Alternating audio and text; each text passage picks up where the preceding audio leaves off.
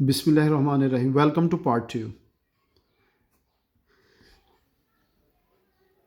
Part to میں ہم چوتھے شاعروں کے لطیفے کی بات کریں گے. ایک مشاعرے میں شیخ امام بخش ناسخ 1776 سے 1838 تو یہ امام بخش ناسخ جو ہیں ایسے وقت پہنچے کہ جلسہ ختم ہو چکا تھا، مشاعرہ ہو رہا تھا، کلیئر، سخن آزمائی ہو رہی تھی کہ جلسہ ختم ہو چکا تھا، مگر خواجہ حیدر علی آتش وغیرہ یہ بھی شاعر تھے، چند شعراء بھی موجود تھے، کلیئر، اور شعر ابھی موجود تھے. جلسہ ختم ہو چکا، مشاعرہ اپنے اختتام کو پہنچ چکا تھا.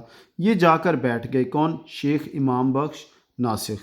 تعظیمی رسم یعنی رسمی عزت افزائی اور مزاج پرسی یعنی حال چال پوچھنے کے بعد کہا کہ جناب خواجہ صاحب مشاعرہ ہو چکا؟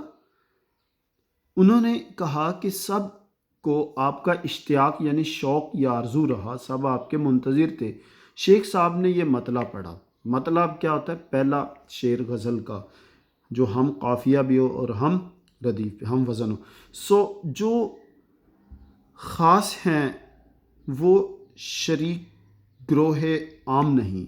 دیکھو، جو لوگ خاص ہیں یعنی خاص لوگ تو شریک نہیں ہیں، شامل نہیں ہیں. کس میں شریک نہیں ہیں؟ کس میں؟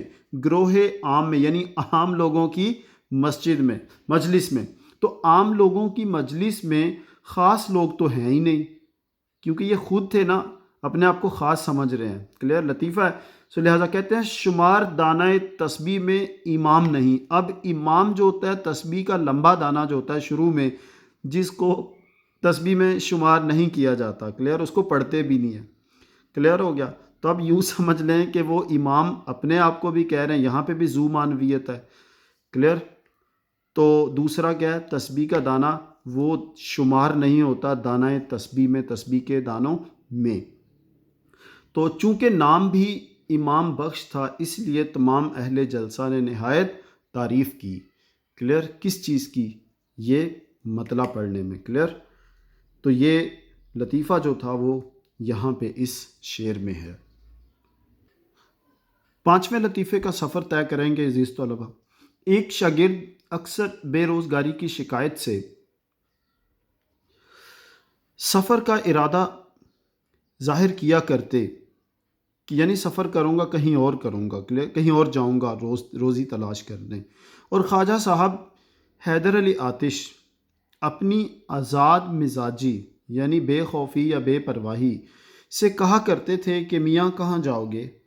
2 گھڑی مل بیٹھنے کو غنیمت یعنی مفت ملی ہوئی شے یا لوٹ کا مال سمجھو، جو خدا دیتا ہے اس پر صبر کرو. ایک دن وہ آئے اور کہا کہ حضرت رخصت کو آیا ہوں، یعنی اجازت لینے آیا ہوں. شاگرد آیا ہے خواجہ حیدر علی آتش سے اجازت لینے. فرمایا خیر باش شد، یعنی خیر ہے، کہاں جا رہے ہو؟ انہوں نے کہا کل بنارس کو روانہ ہوں گا. تو پتہ چلا کہ شاگرد کس شہر میں اپنی روزی کی تلاش کو نکلے گا. بنارس کو روانہ ہوں گا. کچھ فرمائش ہو تو فرما دیجئے، یعنی کچھ منگوانا ہو یا کوئی حکم ہو، وہاں پہ کچھ کہنا ہو، پیغام دینا ہو، کوئی بھی غرض ہو وہاں کی نسبت تو فرما دیجئے. تو آپ ہنس کر بولے اتنا کام کرنا کہ وہاں کے خدا کو ذرا ہمارا بھی سلام کہہ دینا. وہ حیران ہو کر بولے کہ حضرت یہاں اور وہاں کا خدا جدا ہے کیا؟ 2 یہاں کے اور وہاں کے خدا جو ہیں وہ کیا ہیں؟ مختلف ہیں. انہوں نے حیران ہو کر استفسار کیا، پوچھا. خواجہ صاحب نے کہا جب خدا وہاں یہاں ایک ہے تو پھر ہمیں کیوں چھوڑتے ہو؟ جس طرح اس سے وہاں جا کر مانگو گے اسی طرح یہاں مانگو، جو وہاں دے گا یہاں بھی دے گا. اس بات نے ان کے دل پر ایسا اثر کیا کہ سفر کا ارادہ موقوف یعنی برخاست کر دیا، ملتوی یا منسوخ کر دیا. کلیئر؟ اور خاطر جمعی یعنی تسلی سے بیٹھ گئے. اب ہم سفر کریں گے چھٹے لطیفے کا اور آخری. ایک دن معمولی دربار تھا، یعنی رسمی دربار تھا، جیسے چلتا ہے ویسے ہی. استاد ابراہیم ذوق بھی حاضر تھے. اب یہ استاد کیوں کہا گیا؟ کیونکہ یہ بادشاہ کے استاد تھے، بھی حاضر تھے۔ ایک مرشد زادہ پیر کا بیٹا بھی ہے، لیکن یہاں بادشاہ کا رشتہ دار ہے، تشریف لائے، اور وہ شاید کسی اور مرشد زادی یا بیگمات میں سے، یعنی شاہی خواتین میں سے کسی بیگم صاحب کی طرف سے کچھ عرض لے کر آئے تھے، کچھ گزارش لے کر آئے تھے، یا حکم ہو سکتا ہے، پیغام ہو سکتا ہے۔ انہوں نے آہستہ آہستہ بادشاہ سے کچھ کہا اور رخصت ہوئے، دھیمی سے کچھ کہا اور چلے گئے، رخصت ہوئے یعنی چلے گئے۔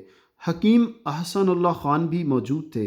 انہوں نے عرض کی، صاحب عالم کہتا ہے شہزاد گان دہلی کا لقب ہے، یعنی دلی کے شہزادوں کو صاحب عالم کہتے تھے، یہاں پر مراد بہادر شاہ ظفر ہیں۔ اچھا، اس قدر جلدی یہ آنا کیا تھا اور تشریف لے جانا کیا تھا؟ کس نے پوچھا؟ حکیم احسن اللہ خان۔ صاحب عالم کی زبان سے اس وقت نکلا کہ اپنی خوشی سے آئے نہ اپنی خوشی سے چلے۔ اب دیکھنا، اپنی خوشی سے آئے نہ اپنی خوشی سے چلے۔ بادشاہ نے استاد کی طرف دیکھ کر فرمایا کہ استاد دیکھنا کیا صاف مصرع ہے، یعنی ٹھیک ہے، اس میں کوئی داغ تو نہیں ہے، عیب تو نہیں ہے کوئی؟ تو استاد صاحب نے بے توقف یعنی بغیر رکے فوراً عرض کی، حضور اب یہ شعر پورا کریں گے ان کا اور تصحیح کریں گے۔ لائی حیات آئے، یعنی زندگی لائی ہے تو ہم آئے ہیں۔ قضا لے چلی تو چلے، یعنی موت لے گئی تو چلے گئے۔ اپنی خوشی سے آئے نہ اپنی خوشی سے چلے۔ اپنی خوشی سے آئے، نہ ہم اپنی خوشی سے آئے ہیں، نہ ہی اپنی خوشی سے جائیں گے۔ کلیئر؟ تو انہوں نے جو شعر ہے وہ پورا کر دیا ہے۔ لائی حیات آئے، زندگی لائی ہے تو آئے، قضا لے چلی تو چلے، موت لے چلی تو چلے، اپنی خوشی سے آئے نہ اپنی خوشی سے چلے۔ اب مرزا غالب کی قاطع برہان، یاد رکھ لو یہ ان کی گرامر کی کتاب ہے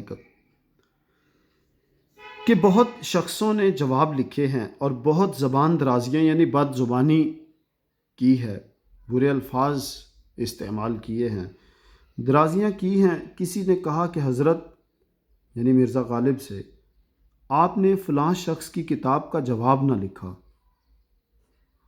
فرمایا، بھائی اگر کوئی گدھا تمہارے لات مارے یعنی تمہیں لات مارے تو تم اس کا جواب کیا دو گے؟ کلیئر؟ یعنی کہ کوئی جو بندہ بد زبانی کرتا ہے وہ ایک گدھا ہے جو لات مار رہا ہے، تو اس کے بدلے میں اگر آپ بھی بد زبانی کریں تو آپ کیا گدھے بنو گے؟ Clear? Very good, again very clever. Thank you very much. That's the and of the part 2 of chapter number 4 شاعروں کے لطیفے.